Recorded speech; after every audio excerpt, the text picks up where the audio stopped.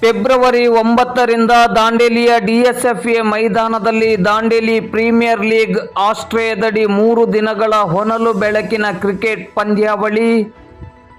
Dandeli premier league ಆಶ್ರಯದಡಿ season 3 ಹಾಗೂ ಇದೇ ಮೊದಲ ಬಾರಿಗೆ ಹೊನಲು ಬೆಳಕಿನ ಒಟ್ಟು 3 ದಿನಗಳ ಕ್ರಿಕೆಟ್ ಪಂದ್ಯಾವಳಿಯು ಫೆಬ್ರವರಿ 9ರಿಂದ ಫೆಬ್ರವರಿ 11ರವರೆಗೆ ದಾಂಡೇಲಿ ನಗರದ ಡಿಎಸ್ಎಫ್ಎ ಮೈದಾನದಲ್ಲಿ ನಡೆಯಲಿದೆ ಎಂದು ದಾಂಡೇಲಿ ಪ್ರೀಮಿಯರ್ ಲೀಗ್ ಇದರ ಅಧ್ಯಕ್ಷರಾದ ವಿಷ್ಣುಮೂರ್ತಿ ರಾವ್ ಅವರು ಹೇಳಿದರು.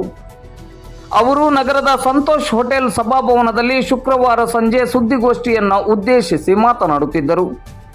ದಾಂಡೇಲಿ ಪ್ರೀಮಿಯರ್ ಲೀಗ್ ಕಳೆದ 2 ವರ್ಷಗಳಿಂದ ಕ್ರಿಕೆಟ್ ಪಂದ್ಯಾವಳಿಯನ್ನು ಅತ್ಯಂತ ಯಶಸ್ವಿಯಾಗಿ ಆಯೋಜಿಸಿಕೊಂಡು ಬಂದಿದೆ.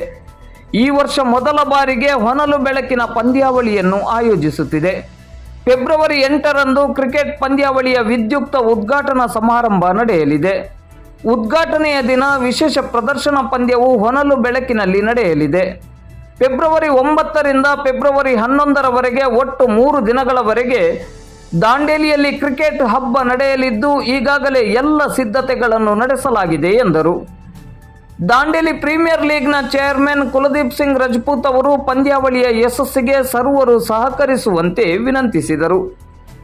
ದಾಂಡೇಲಿ ಪ್ರೀಮಿಯರ್ ಲೀಗಿನ ವಕ್ತಾರ ಇಮಾಮ್ ಸರ್ವರ್ ಅವರು ಮಾತನಾಡಿ, ಈ ಹಿಂದಿನ ವರ್ಷಗಳಂತೆ ಈ ವರ್ಷವೂ ಒಟ್ಟು 8 ಫ್ರಾಂಚೈಸಿಗಳ ತಂಡ ಈ ಪಂದ್ಯಾವಳಿಯಲ್ಲಿ ಭಾಗವಹಿಸಲಿದೆ. ಪ್ರತಿ ತಂಡದ 15 ಆಟಗಾರರಲ್ಲಿ 13 ಆಟಗಾರರು ದಾಂಡೇಲಿ ತಾಲೂಕಿನ ನಿವಾಸಿಗಳಾಗಿರಬೇಕು.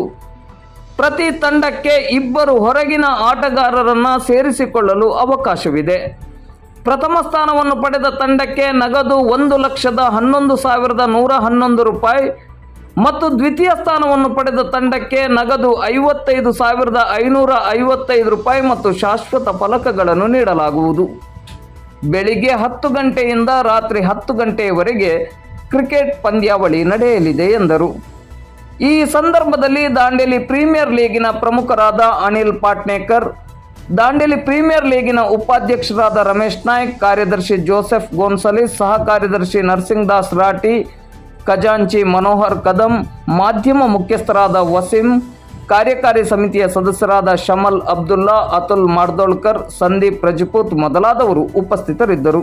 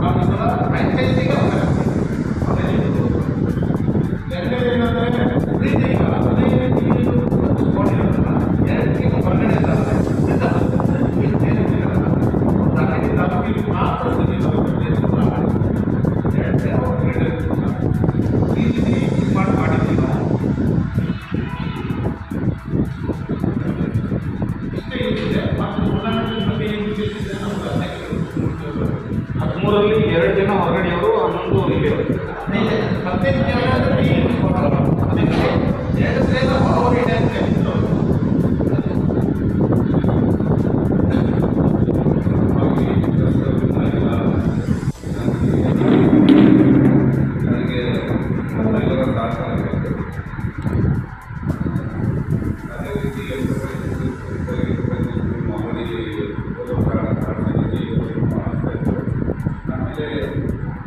ಐಕಾನ್ ಪ್ಲೇಯರ್ ಮಾರ್ಗದಿಂದ 2